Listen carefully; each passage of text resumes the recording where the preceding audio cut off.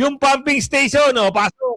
Sa District 6, may isang pumping station, De Bateria, Damca, Santa Mesa, De Bateria. Aray. I saw it, I saw the video, it was sent to me. O kung di pa bumili ng baterya, malamang hindi pa gumana yun. Bumabagyo, binabaha na, anak ka ng tokwa, walang baterya, walang kuryente. Kung hindi pa bumili ng baterya, kawawa ang distrito sa isayo, mama. Ha? Referring to the Inuulit-ulit mo. Ang tigas din ng...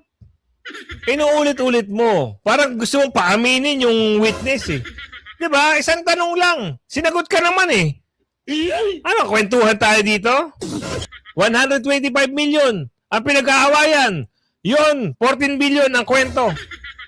Eto, tuloy. Kailan mo winidraw? December 20, December 21? The SARO was released December 30 and then the withdrawal was made December 20. Kita mo? Isipin nyo na-release ang SARO. Buti nga in-advance nila eh. Dahil kung hindi in-advance yan, marirelease ang budget December 30 rin. Di wala nang pakinabang, ibabalik. Kailangan mo nating tiyaking makulong at matanggal sa pwesto yung pangalawang Pangulong Sara Duterte. Kasi very clear, the original sin for all of these things has been yung pag-utos ng pangalang Pangulo. Mukha mo, ha? Gusto daw makulong si Vice President Sara Duterte. Dahil may isa daw babae na sobrang laki ang galit sa'yo na may pinaplano at gustong mawala ka. May kinakausap na itong mga lalaki o grupo na parang yun ang mag-inutusan para mawala ka. Kaya huwag kang umalis na mag-isa. Ikaw lang ang paglaam ng taong bayan. Kaya mag-ingat ka sa sarili mo, Inday Sara. Yes. Magandang hapon muli sa ating mga kasama. Nandito na naman tayo si Kuya Goods nagbabalik. At syempre kung di ka pa nakasubscribe, pasubscribe na lang po at hit mo na rin yung bell para lagi kang updated sa ating mga video. Ito na! Ay, nako ka! Ang ingay-ingay mo sa flood control. Sorry, ang ingay-ingay mo pala sa confidential fund ni BP Sara. Kumamal ka pala sa flood control. Ay, sisiwalat na ho ang bantot mo. Isusuka mo ngayon yung pondo. Alalahanin mo, hindi ka pa nanalo Ang lakas mo mandurobo. Hindi ka pa nanalo niyan. Ito sinasabi natin na kaya ho maingay itong mga ito dahil pagdating ho ng tamang panahon, sila naman ang pananagutin dahil sa pagnanakaw daw di umano na nababanggit dito. Kahit banal na tao may itinatagong baho. Breaking news, Manila Mayor revealed 2 billion flood control allocation ni Jubante. Paktay ka diha. Kaya naman pala kayo binabaha dyan, mga taga Maynila, District 6. Yung congressman nyo, matibay din pala ang muka. Mukhang ulo, mukhang paa. Ay! Bukayo ka ngayon, boss! Binuking ka ngayon ng isang mayor ng Maynila. 2 billion pesos. Ang sarap! Ang sarap! Ito na nga, lumalabas sa balita. Pero bago natin pasadaan lahat ng mga matikabong balita ngayon, andyan po yung join button, bumindot ka na. At sa dulo ng ating video, syempre, hindi tayo magtatapos hanggat hindi ko kayo nasyashout. Nabubulol na ako. Hindi kasi na-excite ako. Gusto kong komentaryo itong nilabas ho na balita na mandarambong talaga pala ang mamang ito. Mula sa Pinoy Showbiz, ito ho ang may babalitaan nila sa inyo. At meron hong video niya na. Miss kong Mayor, ng Maynila ho ang nagbulgar kung magkano. At bakit binabaha ang District 6 ng Maynila? Manila Mayor, he has raised question over the the roughly 2 billion allocated for flood control projects in the District 6 of Manila, representative by Ben Benido. Benny Abante Junior! Ang tibay ng mukha mo. Ang ingay mo kay BP Sara at sa mga Duterte. Ito, Distrito 6 ng Maynila. Kaway-kaway naman ho, palakpakan nyo yung congressman nyo. Ang tibay ho, 2 billion. Ang usapin dito, 2 billion. Gusto nyo maniwala?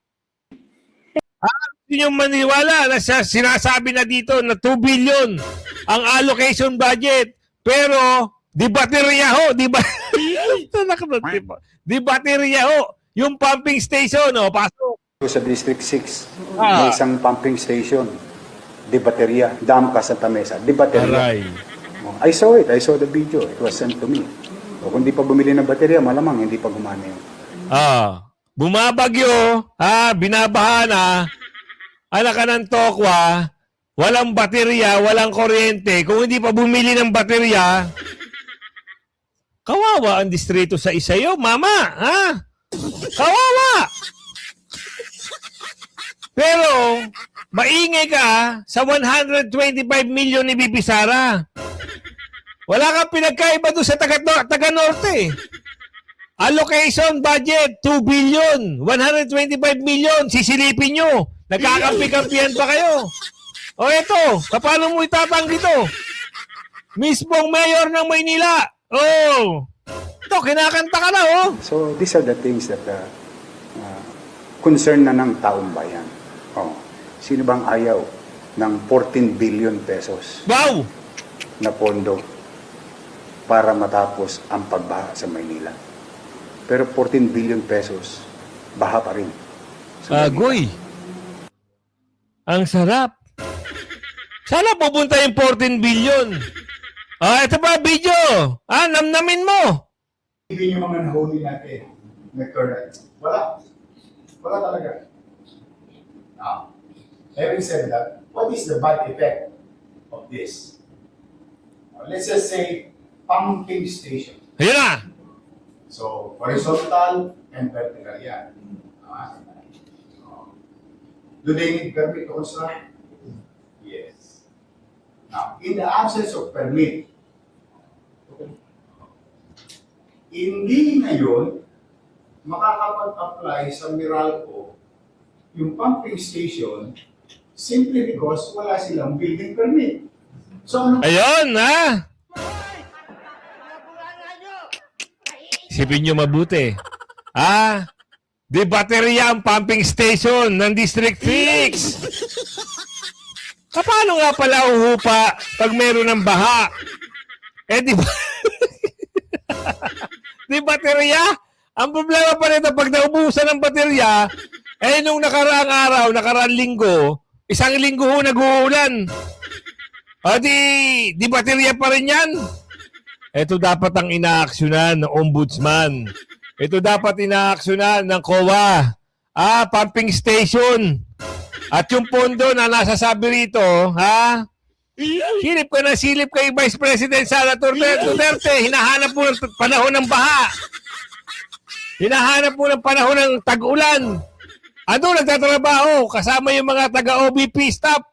Ngayon, kami naman magtatanong, sabi dito sa video, yung pondo, ang sarap sana ng 14 billion kung ginamit ng ayos at inayos ang construction ng flood control. 14 billion. Mantakin nyo, 14 billion. Hindi ho ordinaryong pera. Para lang ho maayos ang kabahaan dyan sa District 6. Eto na, lumalabas na. Salamat ho sa nagsisiwalat. Yung kabahu-bahuan, kabantut-bantutan, at anong tawag doon? Kasulok-sulukan mong baho. Ayan. Sinisiwalat na. Sinisiwalat. Ito. Ito sa taong bayan. Kaya makakakita ka doon sa Damka, sa Damka area, sa District 6, makakakita ka ng pumping station na di baterya.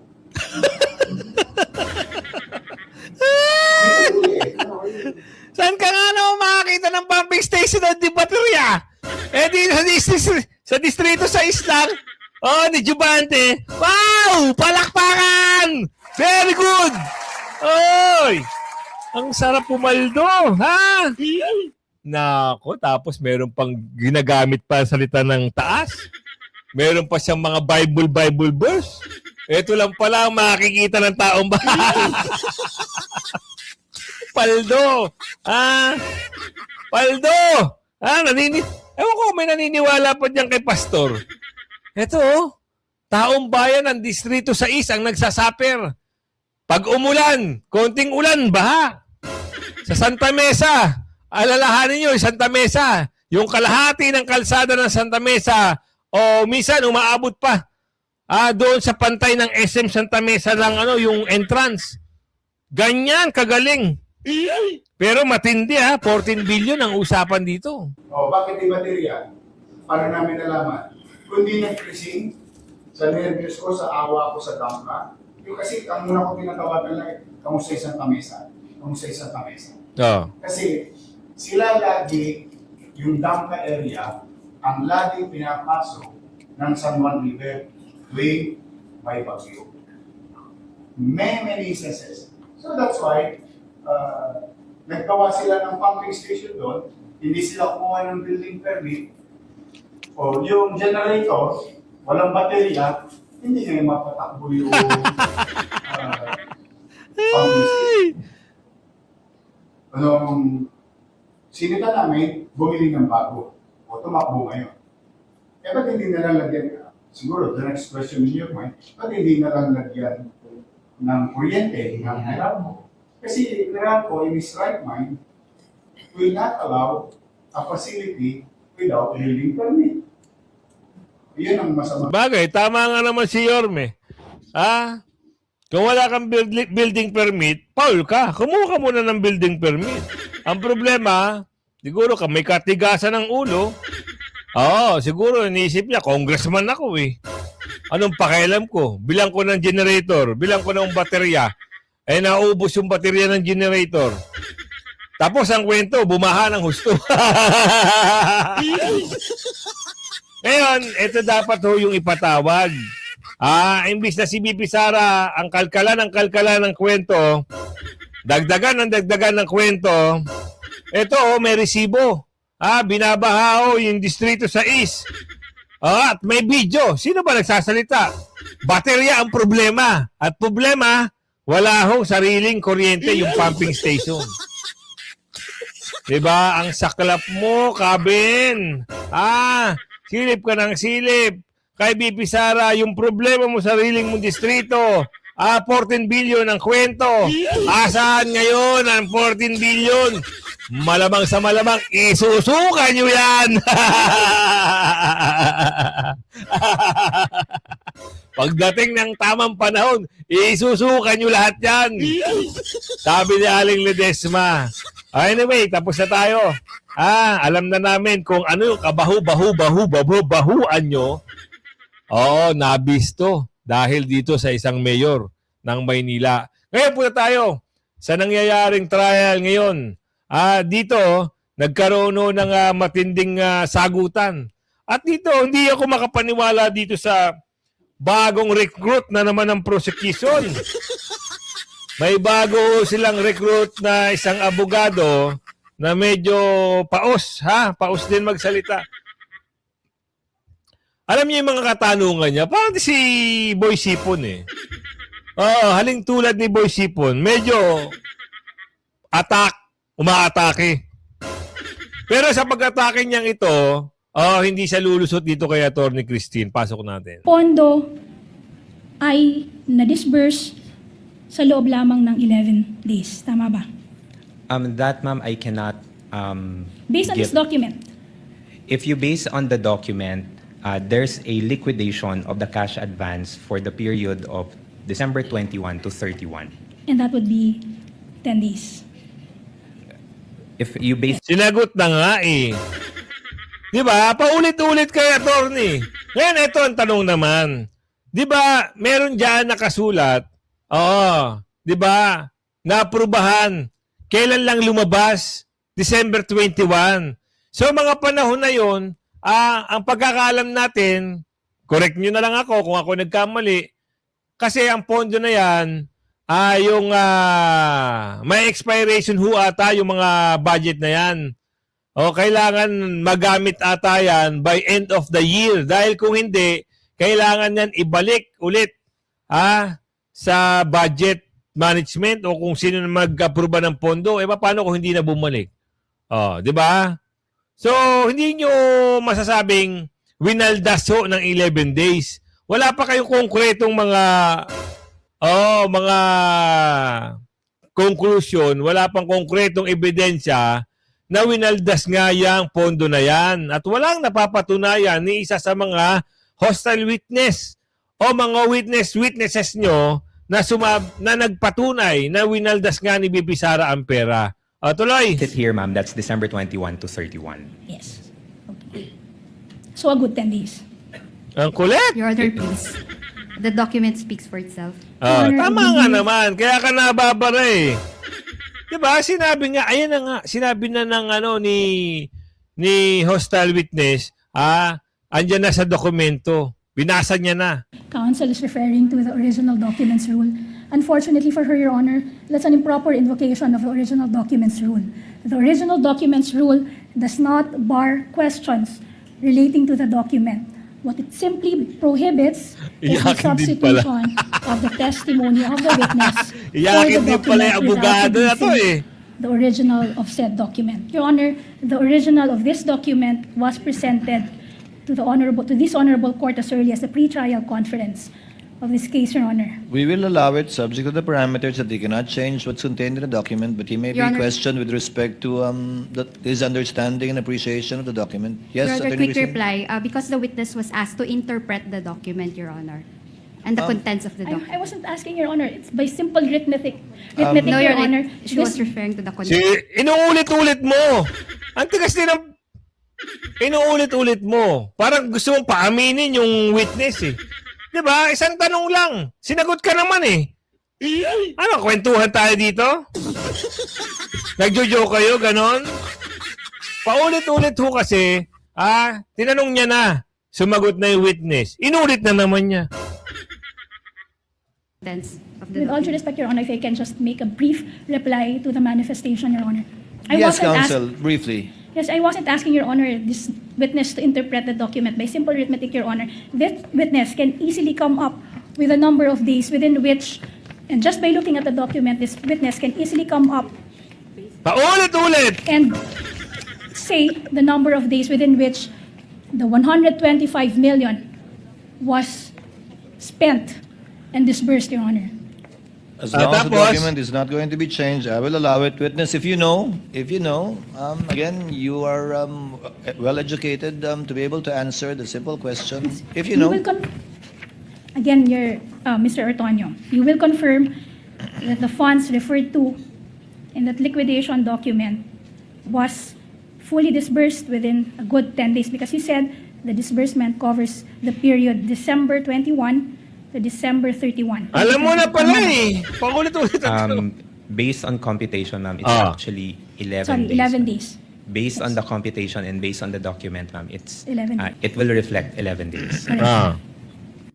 Ano ba gusto mong malaman? Di ba? Kailangan pa bang... Di ba? Yung sinagot lang siya ni Atty. Christine, oo, biglang parang si Atty. Sipon eh. Di ba? Ngayon, ganito. Total naman, nalaman na natin yung mga gusto nilang mangyari dito sa mga hostile witness nila. Punta tayo, bakit daw minamadali itong budget na ito? Hindi naman minamadali. Kasi nga, di ba, mayroong mga bagay-bagay pag nasabi, pag yung halimbawa, kung ang isang ahensya ay binigyan ng pondo tapos late na, lumabas yung budget, alanganin kasi. Isipin nyo, alanganin, no? Lumabas December 21.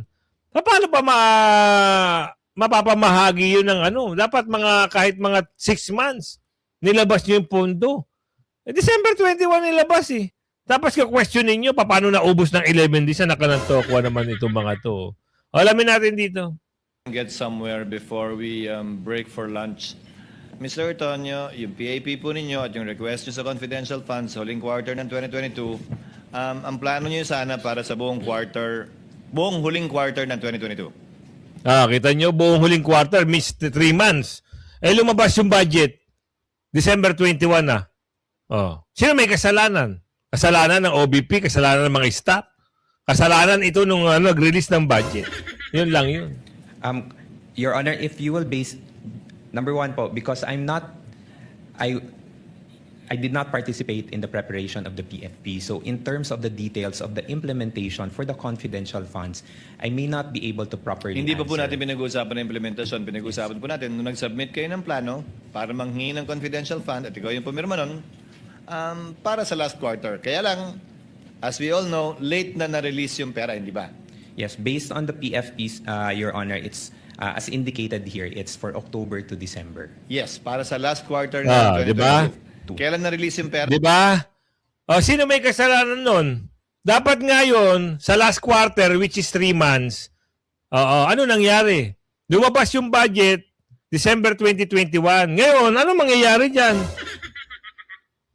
Di ba? Kesa mabalik doon sa pinanggalingan, baka mamaya hindi pa makabalik, ang OBP na bahala ipamahagi, which is totoo naman, pinamimigay ng OBP yan.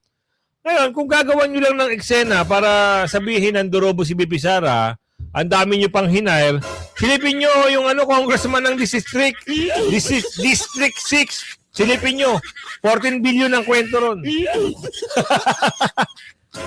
Ito, 125 million lang. Kaigit kayo. Diba?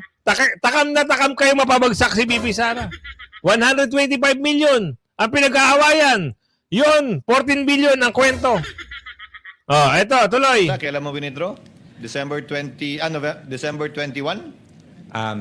The SARO was released December 30 and then the withdrawal was made December 20. Kita mo? Isipin nyo na-release ang SARO. Buti nga in-advance nila eh. Dahil kung hindi in-advance yan, marirelease ang budget December 30 rin. Di wala nang pakinabang, ibabalik. Nagawan pa ng paraan ni BP Sara. Ito naman mga ito, takam na takam. Siguro hindi na kinabang sa 125 million ni BP Sara. Gustong kami ng mga ibang Durobo dyan. Pinag-initan. At bukod doon, siyempre gusto nilang maalis sa pwesto si BP Sara. Kasi, tinik si BP Sara at tinik ang Duterte sa pagnanakaw ng mga Durobo. Ganun lang yun. Tuloy. December 20. Tapos in-implement nyo hanggang December 31. Based on the documents, Your Honor, the activities were implemented until December 21. 31. 31, sorry. Until December 31. Now, I'll go a step further, Counsel. Ba't ba kailangan madaliin yan? Hindi ba ang budget good for two years? As you very well know, given your position in the Office of the Vice President, the budget, the GAA, is good for 2 years anyway. So why was there a need to implement it within the year? Because, Your Honor, the request was made for the specific year, which is 2022. Dahil yung plano nyo is for the last quarter of 2022. Yes, Your Honor. Yun naman di ba? Bakit pa kailangan tanongin mo, alam mo na rin pala sagot. Kasi nga, budget for last 3 months ng 2022, hindi na kailangan paabutin ng 2023 kasi may panibagong budget na doon eh. Nagtataka tayo dito sa mga ito, talagang silip. Ano ba ang purpose ng pagsilip? Wala. Para siraan si BP Sara. Pamukha na magnanakaw siya. Sabihin sa taong bayan na ang Vice President ay magnanakaw. Ganon ang kagustuhan nila. Pero habang sinisiraan nila si Vice President Sara Duterte, sila ay nagmamadali na mawala sa kanilang mga posisyon, mawala sa kanilang mga karera dahil mahal na ng taong bayan si Vice President Sara Duterte. At wala na naniniwala dito sa mga bumabatikos kay BP Sara. Kawawa itong mga bumabatikos. Kita nyo, si Pastor-Pastoran, daw di umano, sabi ni Aling Ledesma, kita nyo, nasisilip yung 14 billion. Ang ingay din niya kay Vice President Sara, di ba? Hinahanap niya eh. Asan ang Vice President natin umuulan? Asaan? Ikaw, asan ka nung bumabaha? Tatago ka. Ito, mamaya may bibigay akong video sa inyo. Meron lumabas na video na pinag-iingat ho si Vice President Sara Duterte kasi may plano daw ho sa kanya. Nako, kailangan talagang gawin ni Vice President na mag-ingat. Dahil gagawa talaga ng hindi maganda yung mga dorobo para lang hindi manalo o hindi makatakbo si BP Sara sa 2028. Talagang plano nila yan eh. May video rito. At ito pang video na ito, nako, ito pa. Si Boy Ilong, si Ilong Ranger, talagang alam na natin dito sa video ito na gusto talaga nilang patalsikin, sibakin si Vice President Sara Duterte. Kasi, yun talaga ang kagustuhan nila. Diba? Yun ang plano. Yun ang plano ng kanilang amo kasi gusto nilang magpatuloy sa kanilang mga posisyon. Bibigay ko sa inyo yung video para makita nyo kung sino yung malaking ilong na talagang alam mo na kung sino yung gustong Kailangan mo nating tiyaking makulong at matanggal sa pwesto yung pangalawang Pangulong Sara Duterte. Kasi very clear, the original sin for all of these things has been yung pong pag-utos ng pangalawang Pangulo. Mukha mo, ha? Gusto daw makulong si Vice President Sara Duterte. Ito sasabihin sa'yo na sambayan ng Pilipino. In your dreams. Mamumuti ang mata nyo. Puputi ang talukap ng mata nyo. Pero hindi makukulong at hindi makukunbik si Vice President Sara Duterte. Mahiya-hiya kayo sa mga pangarap nyo, ha? Hindi ho maganda yung mga ambisyon nyo sa buhay. Diba? Katawa kayo. Ang titindi ng mga pangarap nyo, makulong si Vice President Sara Duterte. Para saan? Dire-diretso ligaya ang mga pagnanakaw. Kita nyo nga, yung isa doon, 14 billion ang kwento. Sa inyo, magkano naman kaya? Wala pa tayong nalalaman eh. Ito yung sinasabi natin na meron ho lumabas na video na kailangan ho mag-ingat ni Vice President Sara Duterte kasi merong mga devil. May mga devil talaga na umaaligid-aligid. Ingat ka sa sarili mo. Isa sa paalala ni Windra, huwag kang umalis na mag-isa dahil may isa dang babae na sobrang laki ang galit sa'yo na may pinaplano at gustong mawala ka. May kinakausap na itong mga lalaki o grupo na parang yun ang mag-inutusan para mawala ka. Kaya huwag kang umalis na mag-isa. Ikaw lang ang paglaam ng taong bayan. Kaya mag-ingat ka sa sarili mo, Inday Sara. Kita nyo? Dahil mahal na mahal ng taong bayan si BP Sara, ito gumagawa ho ng mga sariling video para ma-share nila. Kayo ho, sa pamamagitan ho ng pagkomento nyo, pwede nyo masabi kay Vice President Sara Duterte na kailangan niya talagang magpakatatag dahil kailangan din natin makabawi sa 2028. Andyan yung comment section. Maaari kayong magkomento kayo dyan. At sabihin nyo, i-hashtag nyo na solid tayo sa 2028. Ngayon, ano yung pag-uusapan natin na kasunod? Itong 2 pirma daw ho ni Vice President Sara Duterte. Ano naman kung may 2 pirma si Vice President? Noong taong 2022 at ngayong 2025 ata di umano. Alamin nga natin sa video ito. 16, 2022. Tama bang sabihin na itong September 16, 2022, ito yung date kung kailan na-prepare itong fiscal and financial plan? Based on the document, ma'am. Yes. Yes. Okay.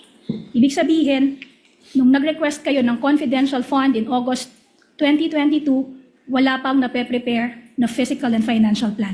Tama ba? Yes.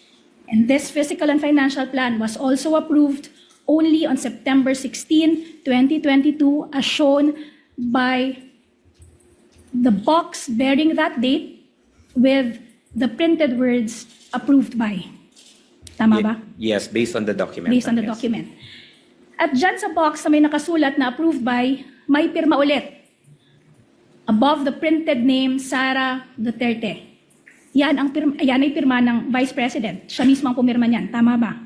Yes, that's her signature, ma'am. At dahil walang naka-countersign katabi ng kanyang signature, tama ba na yung dokumento na yan went straight to her without yourself or anyone reviewing that for her? Tama ba? I can just personally say, ma'am, that the document, ma'am, did not pass through my office. Okay. Before you continue, Counsel, Ano ang problema dyan? Sinasabi kasi dyan, parang ang punto dyan,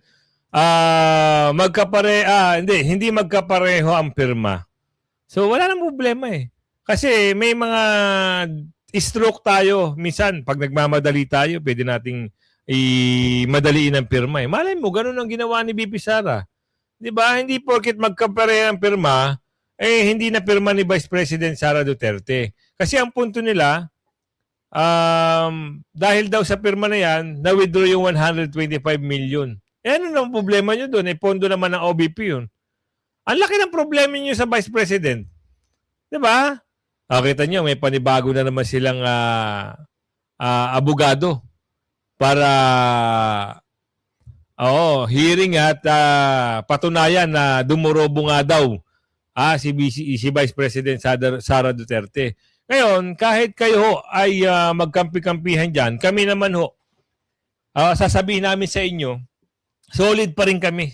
Kahit marami kayong chismis na nilalatag dyan, kahit siraan nyo pa ng sandamakmak, 100 beses siraan si Vice President Sara Duterte, kahit ano pa ang kwento na ilahad nyo sa sambayan ng Pilipino, wala na hong maniniwala sa inyo.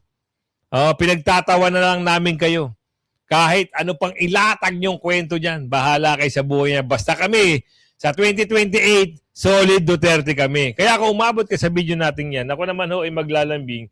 At kung nagustuhan mo ang ating videos for today at ating komentaryo, maaari kang magkomento dyan kung ano yung gusto mo. At siyempre, yung shoutout segment natin, hindi naman tayo magtatapos hanggat hindi tayo nakakapag-shoutout sa inyo.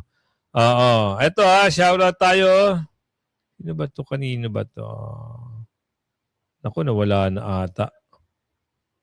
Ayun, eto may nagpapa-shoutout sa atin na Pio Villamente.